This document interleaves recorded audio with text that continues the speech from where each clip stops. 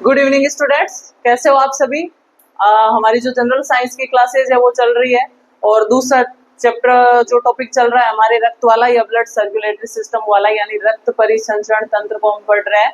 तो पिछली क्लासेज के अंदर हमने रक्त के घटकों को पढ़ा, रक्त के बारे में पढ़ा और उसके अलावा हमने जो रक्त के अंदर शरीर में चलने वाला तंत्र है रक्त परिसंचरण तंत्र, उसके प्रकारों को पढ़ा, जिसमें हमने दो प्रकार पढ़ा, बंद परिसंचरण तंत्र और खुला परिसंचरण तंत्र।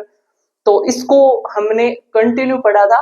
इसी को आगे लेते हुए हम आज पढ़ेंगे सीरा और धमनी। मैंने आपको बताया था पिछली क्लास के अंदर कि जो रक्त परिसंचरण तंत्र है वो तीन भागों से मिलकर बना होता है, रक्त, हृदय और रक्त वाहिनियां, जिनमें से हम रक्त के बारे में स्टडी कर चुके हैं। अभी रक्त वाहिनियों को पढ़ेंगे और उसके बाद में हृदय की संरचना से संबंधित जो जो क्वेश्चन बन सकते हैं, हृदय की संरचना को बिल्कुल बेसिक रूप से समझाऊंगी, ठीक है। तो हमारा रक्त वाला टॉपिक चल रहा है और स्टूडेंट्स आपसे रिक्वेस्ट है कि ज्यादा से ज्यादा मेरी क्लास को लाइक और सब्सक्राइब कीजिए, ज्यादा अपने दोस्तों के साथ, पढ़ने वाले स्टूडेंट के साथ मेरी क्लासेज को पहुंचाइए ताकि प्रत्येक उस विद्यार्थी को मेरी क्लास अवेलेबल हो पाए जो कंपटीशन एग्जाम की तैयारी करना चाहता है, जनरल साइंस को बिल्कुल मजबूत करना चाहता है।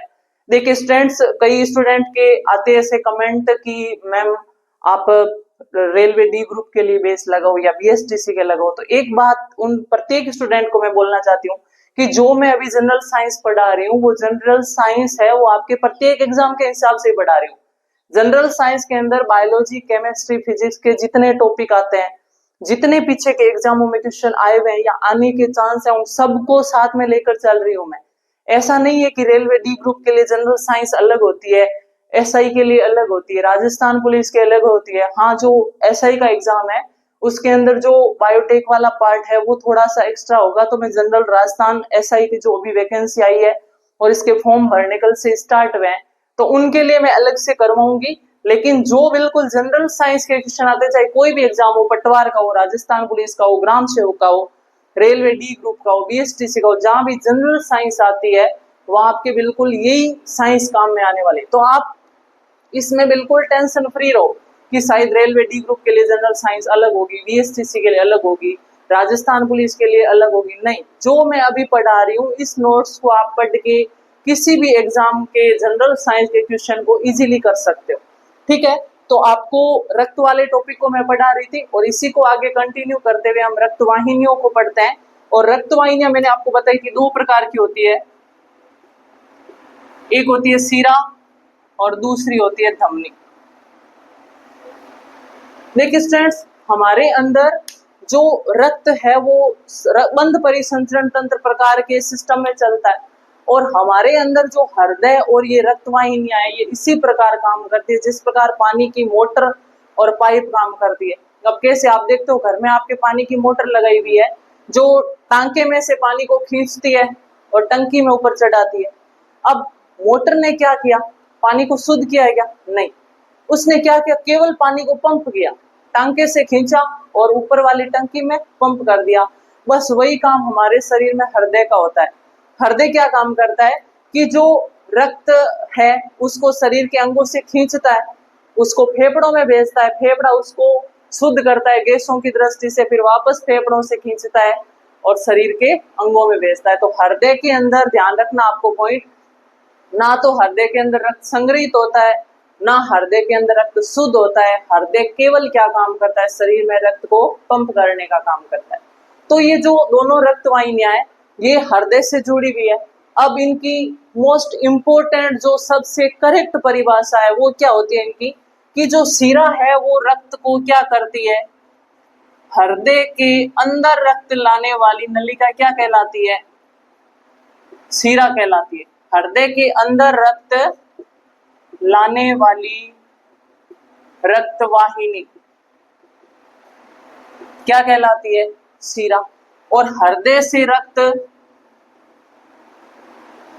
दूर ले जाने वाली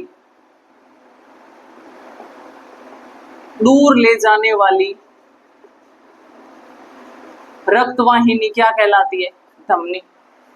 सबसे इंपॉर्टेंट पॉइंट कि शिरा और धमनी की अगर आपको बिल्कुल करेक्ट परिभाषा पूछे कि शिरा क्या होती है और धमनी क्या होती है तो आपको एक परिभाषा याद रखनी है, वह रक्त वाहिनी जो रक्त को हृदय से दूर ले जाएगी, धमनी, वह रक्त वाहिनी जो रक्त को हृदय के अंदर लाकर डालती है वो क्या कहलाती है? सीरा। एक पॉइंट आता है कि कई जगह ऐसा लिखा होता है कि धमनी वह रक्त वाहिनी है जिसमें शुद्ध रक्त बहता है और सीरा वह रक्त वाहिनी है जिसके अंदर अशुद्ध रक्त बहता है। तो इसका एक अपवाद है कि एक जो फेफड़ों से जुड़ी हुई धमनी है उसके अंदर अशुद्ध रक्त रहता है, बाकी शरीर की सब धमनियों में शुद्ध रहता है। और जहां अपवाद हो जाए वो परिभाषा नहीं बन सकती। उसी प्रकार एक फेफड़ों से जुड़ी हुई जो सीरा है उसमें शुद्ध रक्त रहता है, बाकी शरीर की सब सीराओं के अंदर अशुद्ध रक्त रहता है। तो हम ये परिभाषा भी नहीं दे सकते कि सीरा वह रक्त वाहिनी है जिसमें अशुद्ध रक्त रहता है, क्योंकि फुफ्फुसीय सीरा इसका अपवाद है। फुफ्फुसीय सीरा क्या होती है ये आगे जब मैं हृदय का डायग्राम समझाऊंगी, अभी डिस्कस करेंगे, ठीक है। तो आपको क्या ध्यान रखना है, सीरा को इंग्लिश में क्या बोलते हैं? वेन। और धमनी को क्या बोलते हैं? आर्टरी। तो सीरा वह रक्त वाहिनी है जो रक्त को हृदय के अंदर लाकर डालती है और धमनी वह रक्त वाहिनी है जो रक्त को हृदय से दूर लेकर जाती है। दूसरा पॉइंट, फुफ्फुसीय सीरा को छोड़कर फुफ्फुसीय सीरा को छोड़कर शेष सभी सीरा में कौन सा रक्त रहता है? अशुद्ध रक्त रहता है। पॉइंट ध्यान रखना, फुफ्फुसीय सीरा को छोड़कर, यानी फुफ्फुसीय सीरा में कौन सा रक्त रहेगा? शुद्ध रहेगा। बाकी शरीर की सब सीराओं में कौन सा रक्त रहता है? अशुद्ध रक्त रहता है। बिल्कुल वही बात धमनी में कि फुफ्फुसीय धमनी को छोड़कर फुफ्फुसीय धमनी को छोड़कर शरीर की शेष सभी धमनियों में कौन सा रक्त रहता है? शुद्ध रक्त रहता है। इसका मतलब फुफ्फुसीय धमनी में कौन सा रक्त रहेगा? अशुद्ध रक्त रहेगा। तो ये अपवाद आने के कारण हम ये परिभाषा नहीं दे पाए कि धमनी वह रक्त वाहिनी है जिसमें शुद्ध रक्त बहता है और सीरा वह रक्त वाहिनी है जिसमें अशुद्ध रक्त बहता है, क्योंकि दो अपवाद आ गए, एक तो फुफ्फुसीय सीरा और एक फुफ्फुसीय धमनी। आया समझ में? तीसरा पॉइंट ध्यान रखना है कि जो सीरा होती है ना, इनमें कपाट पाए जाते हैं। कपाट यानी ये इस प्रकार की सीरा है, इसमें जगह जगह ऐसे जॉइंट होते हैं ताकि रक्त जब ऊपर की ओर चढ़े तो थोड़ा प्रेशर कम हो तो बिल्कुल नीचे ना गिरे, रुक सके। आधार देने के लिए इसमें क्या पाए जाते हैं? कपाट। जबकि धमनी में कपाट नहीं पाए जाते।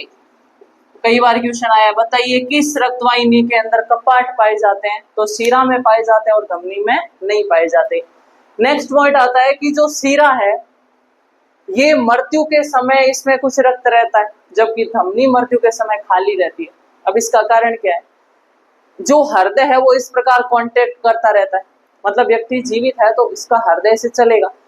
अब हृदय जैसे ही कॉन्ट्रैक्ट करेगा, मतलब कोई चीज को आप दबाओगे तो उसमें से लिक्विड बाहर निकलेगा, नहीं निकलेगा। उसी प्रकार अगर आपने हृदय ऐसे कॉन्ट्रैक्ट किया तो उसमें से खून बाहर निकलेगा, और किस में भरेगा? जो रक्त को हृदय से दूर ले जाएगी, कौन? धमनी में रक्त भरेगा। और जैसे ही हृदय से रिलैक्स होगा उसमें खुद में खून आएगा, कौन लाएगी? सीरा। अब व्यक्ति का हृदय से कर रहा है, जैसे ही व्यक्ति की मृत्यु होती हृदय से रुक गया मतलब हृदय ने खुद ने तो ऐसे किया नहीं, तो धमनियों में रक्त कोई भेजेगा नहीं, तो धमनी तो क्या रहेगी? खाली। लेकिन हृदय से पड़ा रहने से क्या होगा? सीरा तो इसमें खून डालेगी ना, तो उस समय रक्त किस में रहेगा? सीरा में। तो इम्पोर्टेंट पॉइंट कि मृत्यु के समय किस रक्त वाहिनी के अंदर रक्त रहता है? सीरा के अंदर कुछ मात्रा में रक्त रहता है। आया समझ में? तो इसमें क्या रहेगा? मृत्यु के समय रक्त रहेगा। मृत्यु के समय रक्त उपस्थित, जबकि इसके अंदर रक्त नहीं होता है। कब? मृत्यु के समय नहीं होता है। उसके अलावा जो इसकी गुहा है वो चौड़ी होती है, यानी अंदर से ये इसमें स्पेस ज्यादा होता है, गुहा चौड़ी, जबकि इसकी गुहा कैसी होती है? संकरी। हमारे स्किन पर जो ये हरे हरे कलर की नसें दिख रही है, बैंगनी रंग की नसें दिख रही है, वो कौन सी है? सीरा। यानी इसका कलर कैसा होता है? बैंगनी होता है। जबकि धमनी होती है वो गहराई में पाई जाती है, हमें दिखाई नहीं देती है, तो इनका रंग कैसा होता है? लाल, यानी रेड कलर की होती है।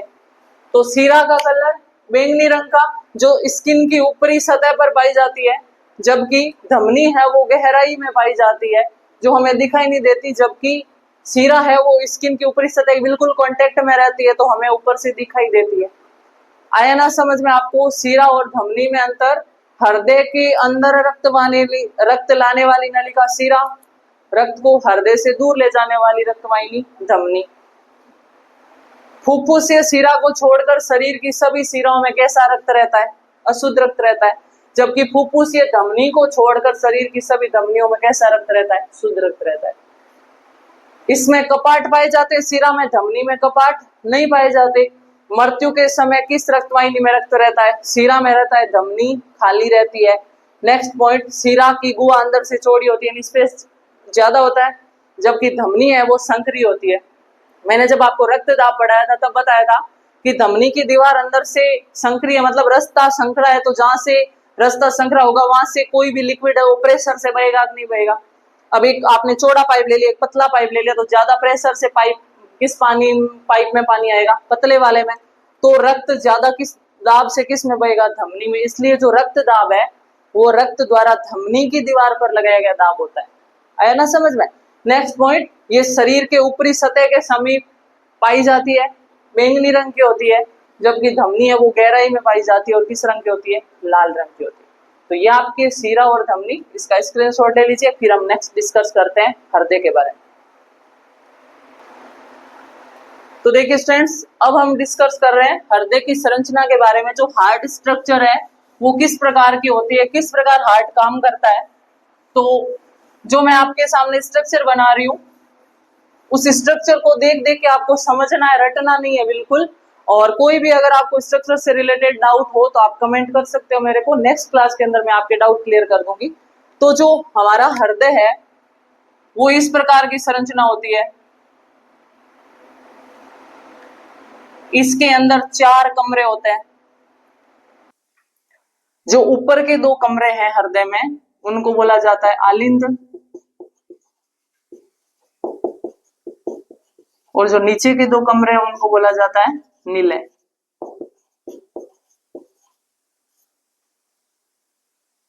इंग्लिश में इनको बोलेंगे एट्रियोल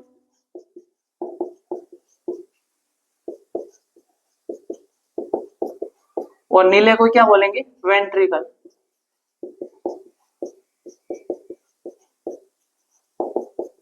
अब देखिए 2 आलिंद हो गए, 2 नीले हो गए। जैसे मैं खड़ी हूं तो मेरा ये भाग है वो दायां भाग है और ये भाग बायां भाग है। तो उसी प्रकार मेरे हृदय में ये वाला भाग कौन सा होगा? दायां, राइट साइड। ये होगा बायां या लेफ्ट साइड। तो इसको मैं लिख दूंगी दायां आलिंद या राइट एट्रियोल, ये हो गया बायां आलिंद या लेफ्ट एट्रियोल। ये हो गया दायां नीले या राइट वेंट्रिकल, और ये हो गया बायां नीले या लेफ्ट वेंट्रिकल। ठीक है। अब देखिए ये जो दायां आलिंद और बायां आलिंद है, बायां नीला है, इन दोनों के बीच में जाने के लिए खिड़की लगी होती है। एक दरवाजा है बड़ा सा जिसके अंदर 3 खिड़कियां लगी होती है, इसलिए इसको क्या कहा जाता है? त्रिवलनी कपाट, ट्राइकस्पिड वाल्व, त्रिवलनी कपाट, या इसे हम बोलेंगे ट्राइकस्पिड वाल्व। उसी प्रकार बाएं आलिंद से बाएं नीले में जाने के लिए एक दरवाजा होगा जिसके अंदर 2 खिड़कियां लगी होगी, और इसे हम क्या बोलेंगे? द्विवलनी कपाट। क्या कहेंगे? द्विवलनी कपाट, या इसे बोलेंगे बाइकस्पिड वाल्व। एक रूम से दूसरे रूम में जाने के लिए बीच में जो दरवाजा है जो राइट साइड में है उसके अंदर तो 3 खिड़कियां हैं, तो इसको हमने क्या बोल दिया? त्रिवलनी कपाट या ट्राइकस्पिड वाल्व। और जो लेफ्ट साइड वाला है इसके अंदर जाने के लिए जो दरवाजा है उसके अंदर 2 खिड़कियां हैं जिसको हमने क्या बोल दिया? द्विवलनी कपाट। अब देखिए शरीर के जो सारे ऑर्गन है उनको मैं यहां पर ले लेती हूँ, और जो लंग्स या फेफड़ा होता है इसको मैं यहां पर ले लेती हूँ। अब क्या होगा? हमारे शरीर के अंदर से रक्त निकलेगा और आएगा कहां पर? दाएं आलिंद के अंदर। दायां आलिंद जैसे भर जाएगा, ये जो वाल्व है ना ये सिर्फ एक साइड ही खुलता है, नीचे की तरफ, ऊपर की तरफ वापस नहीं खुलता है। और ये खुलते कब है? जब दायां आलिंद खून से भर जाएगा तो इस खिड़की पर प्रेशर पड़ेगा, ये नीचे की तरफ खुल जाएगी, और खुलने से जो ब्लड है वो राइट एट्रियोल से राइट वेंट्रिकल में चला जाएगा, यानी दाएं आलिंद से दाएं नीले में जाएगा। उसी प्रकार ये जो इधर की तरफ एक दरवाजा और है जहां से रक्त वापस बाहर निकलेगा, तो दाएं नीले के अंदर जैसे ब्लड का प्रेशर बढ़ेगा ये गेट तो बंद हो जाएगा और ये गेट खुल जाएगा। इन दोनों को क्या बोला जाता है? अर्धचंद्राकार कपाट। अर्धचंद्राकार कपाट। अब क्या होगा, जैसे ही दाएं नीले के अंदर खून भरा तो ये गेट खुला और यहां से रक्त निकल कर कहां जाएगा? फेफड़े के अंदर, लंग्स के अंदर गया। लंग्स के अंदर क्यों गया? कि फेफड़े के अंदर बाहर से गैसें आती है, ऑक्सीजन गैस आई, तो लंग्स के अंदर जो एल्विलाई होती है, कुप्पिका होती है, वो क्या करेगी? इस खून में से कार्बन डाइऑक्साइड को निकाल कर शरीर से बाहर भेज देगी, और जो बाहर से ऑक्सीजन गैस आई श्वास के साथ, उसको किस में डाल देगी? रक्त के अंदर। गैसों की दृष्टि से रक्त का क्या हो गया? शुद्धिकरण। कहां पर? फेफड़े के अंदर या लंग्स के अंदर। अब फेफड़े से रक्त निकलेगा नलिका के द्वारा और किस में आकर गिरेगा? बाएं आलिंद में। वही इधर वाला सेम प्रोसेस होगा, बाएं आलिंद से जाएगा बाएं नीले में, बाएं नीले से जाकर कहां जाएगा? वापस शरीर के अंगों में। अब आप देखो हृदय ने क्या काम किया, इधर से खून खींचा फेफड़े में भेजा, फेफड़े में से खींचा इधर भेज दिया। क्या हृदय ने रक्त को शुद्ध किया? नहीं। क्या इसने इसको स्टोर किया? बिल्कुल नहीं। इसने काम क्या किया? इसने सिर्फ ब्लड को पंप करने का काम किया, यानी बॉडी पार्ट से खींचा लंग्स के अंदर भेजा, लंग्स से खींचा और बॉडी पार्ट्स के अंदर भेज दिया। बिल्कुल वही जैसा मोटर और पानी की पाइप काम कर रही है। मोटर ने टांके में से पानी को खींचा, टंकी में भेजा, अगर वापस टंकी को खाली करना है तो वापस खींचो, इधर की तरफ डाल दो। तो बिल्कुल वही पंप की तरह हमारा हृदय काम करता है। अब देखिए ये रक्त वाहिनियां 4 आ गई, 1 2 3 और 4। अभी मैंने आपको बताया था सीरा और धमनी। वह रक्तवाहिनी जो रक्त को हृदय के अंदर लाती है क्या कहलाती है? सीरा। अब देखो अंदर कौन कौन सी ला रही है? एक तो ये लेकर आ रही है, इसको मैं क्या बोल दूंगी? सीरा। ये हृदय से दूर लेकर जा रही है तो इसका नाम क्या मैं दे दूंगी? धमनी। ये हृदय के अंदर ला रही है तो मैं नाम क्या दे दूंगी? सीरा। और ये हृदय से दूर लेकर जा रही है तो मैं नाम क्या दे दूंगी? धमनी। अब 2 धमनी हो गई और 2 सीरा हो गई, तो हम कैसे पहचानेंगे? जो धमनी और सीरा या जो रक्तवाहिनी फेफड़ों से जुड़ी हुई है उसके आगे नाम लिख दो फुफ्फुसीय। फेफड़ों को संस्कृत में क्या बोलता है? फुफ्फुस बोलता है, तो इसके आगे हम क्या लिख देंगे? फुफ्फुसीय धमनी, या इसको क्या बोलते हैं? Pulmonary artery. फुफ्फुसीय धमनी या पल्मोनरी आर्टरी।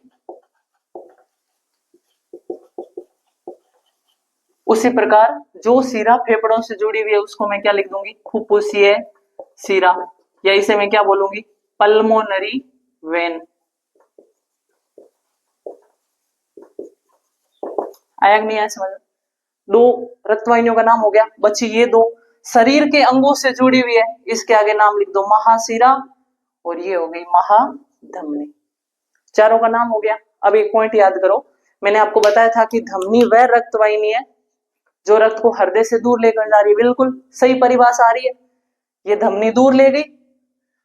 अब अगर आप डायग्राम से समझोगे तो कोई भी क्वेश्चन सॉल्व कर सकते हो। आपको पूछा कि महाधमनी रक्त को कहां से कहां तक ले जाती है, आपको आंसर क्या देना है? महाधमनी रक्त को बाएं नीले से शरीर के अंगों में ले जाती है, या हम ऐसा बोल सकते हैं कि हृदय से शरीर के अंगों में ले जाती है। आपको पूछा कि महाशिरा रक्त को कहां से कहां ले जाती है, तो शरीर के अंगों से रक्त को ले जाकर दाएं आलिंद में डालती है। आपको पूछा फुफ्फुसीय शिरा रक्त को कहां से कहां ले जाती है, तो फुफ्फुसीय शिरा फेफड़ों से बाएं आलिंद में ले जाती है। उसी प्रकार फुफ्फुसीय धमनी क्या करेगी? हृदय से फेफड़े के अंदर ले जाकर डालेगी। एक पॉइंट क्लियर। दूसरा मैंने बताया कि धमनी वो रक्तवाहिनी है जिसमें हमेशा शुद्ध रक्त रहता है, लेकिन अपवाद फुफ्फुसीय धमनी। देखो ये रक्त अशुद्ध था कि नहीं था, शरीर के अंगों से आया, अशुद्ध था, अशुद्ध था, अशुद्ध था, अशुद्ध था, फेफड़ों में जाकर शुद्ध हुआ, फिर इधर की साइड ये शुद्ध हुआ।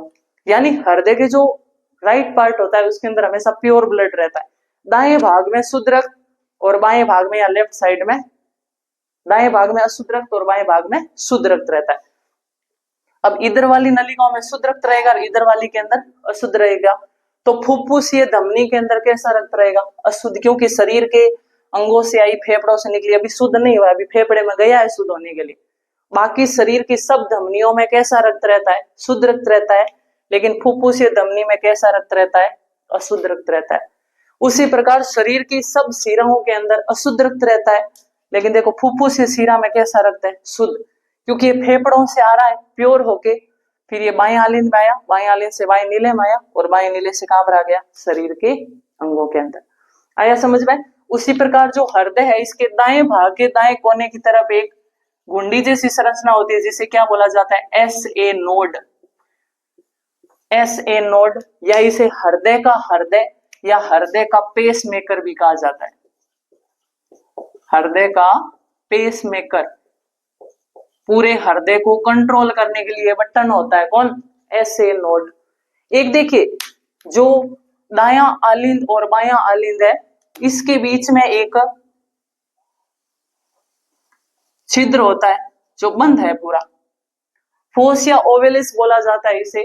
क्या होता है कि जब बच्चा मां के गर्भ में होता है तो उसके अंदर 7वें 8वें महीने तक ये क्लोज रहता है, ये ओपन रहता है, क्योंकि उस टाइम इस हार्ट को ब्लड प्योर करने की जरूरत नहीं है। क्यों? क्योंकि उस टाइम बच्चे के लंग्स काम नहीं कर रहे होते हैं। बच्चे का लंग्स कम काम करेगा जब बच्चे का जन्म होगा, बच्चा रोएगा मतलब उसका लंग्स काम करना शुरू किया है। जब लंग्स ही काम नहीं करेगा तो हृदय में कोई शुद्ध अशुद्ध रक्त कोई मैटर नहीं होगा। तो ये अगर खुला है रास्ता तो इधर वाला ब्लड इधर जाएगा, इधर वाला इधर जाएगा, कोई फर्क नहीं पड़ेगा। लेकिन अगर जन्म के समय ये खुला रह गया तो इधर तो आ रहा है शुद्ध रक्त, इधर आ रहा है अशुद्ध रक्त, यहाँ पर तो सारा कचरा हो जाएगा। और अगर ये बंद नहीं हुआ तो बच्चे के अंदर फिर क्या होगा? किसी भी व्यक्ति के अंदर खून है वो बिल्कुल प्योर नहीं होगा। अब इस प्रकार की बीमारी हो जाती है। क्या होता है कि जब 7वें 8वें महीने का बच्चा होता है गर्भ में, सामान्य बच्चे के अंदर ये बंद हो जाता है, लेकिन अगर ये बच्चे में बंद ना हो तो क्या होता है कि जन्म के बाद उस बच्चे के अंदर बिल्कुल प्योर ब्लड नहीं रहता है, उस बच्चे का कलर नीला नीला हो जाता है, और उसे क्या बोला जाता है? Blue baby syndrome. क्या कहा जाता है? Blue baby syndrome.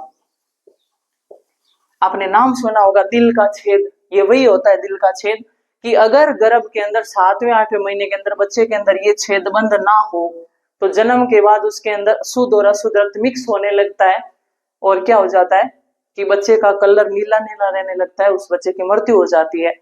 उसी को दिल का छेद या हृदय का पेस्ट, ये ब्लू बेबी सिंड्रोम कहा जाता है। फिर क्या किया जाता है? डॉक्टर द्वारा ऑपरेशन करके इस वाल्व को बंद किया जाता है। ठीक है, तो ये थी आपके हृदय के बारे में संरचना। इसको आप डायग्राम को ऐसे ही नोट कर लीजिए, और कुछ हृदय के पॉइंट बचते हैं, मैं अभी आपके साथ डिस्कस कर रही हूँ। तो देखिए स्टूडेंट्स, हृदय से संबंधित एक दो पॉइंट्स है वो आपको ध्यान रखना है। एक तो नाम सुना होगा आपने ईसीजी, एक तो इसके फुल फॉर्म ध्यान रखना है। क्या होता है? इलेक्ट्रोकार्डियोग्राफ। इलेक्ट्रोकार्डियोग्राफ हृदय की असामान्यता से संबंधित जांच है ये। हृदय की असामान्यता का पता लगाने हेतु प्रयुक्त ईसीजी। एक होती है ईईजी, इलेक्ट्रोएन्सेफेलोग्राफ, वो ब्रेन के लिए की जाती है, जबकि ईसीजी किसके लिए की जाती है? हार्ट के लिए की जाती है। ठीक है, दूसरी है मनुष्य की हृदय स्पंदन दर कितनी होती है, यानी हृदय दिल 1 मिनट में कितनी बार धड़कता है? तो 72 बार प्रति मिनट। नेक्स्ट क्वेश्चन आता है हृदय स्पंदन दर को मापने वाला उपकरण, स्पंदन दर मापक क्या कहलाता है? स्टेथोस्कोप। क्या कहेंगे इसे? स्टेथोस्कोप। जो डॉक्टर गले में टंगा के रखता है उसका नाम क्या है? स्टेथोस्कोप। जो हृदय का प्रथम ट्रांसप्लांट है वो किसने किया था? यानी हृदय का प्रथम सफल प्रत्यारोपण किसने किया था? हृदय का प्रथम सफल प्रत्यारोपण किसने किया? क्रिश्चियन बेनार्डे ने। क्रिश्चियन बेनार्डे ने। और भारत में किसने किया था? भारत में किया था डॉक्टर वेणुगोपाल ने। डॉक्टर वेणुगोपाल ने। कहां पर किया था? अहमदाबाद के हॉस्पिटल में 1994 के अंदर किया था। ठीक है, तो ये आपके हृदय से संबंधित कुछ इंपॉर्टेंट पॉइंट, और इसके साथ ही हमारा रक्त परिसंचरण तंत्र है वो कंप्लीट होता है। नेक्स्ट टॉपिक में लेकर आ रही हूँ मानव रोग। तो ज्यादा से ज्यादा स्टूडेंट मेरे साथ जुड़िए और अपनी जनरल साइंस है उसको बिल्कुल दमदार तैयारी के साथ बिल्कुल अच्छी तरह कंप्लीट कीजिए। Thank you so much.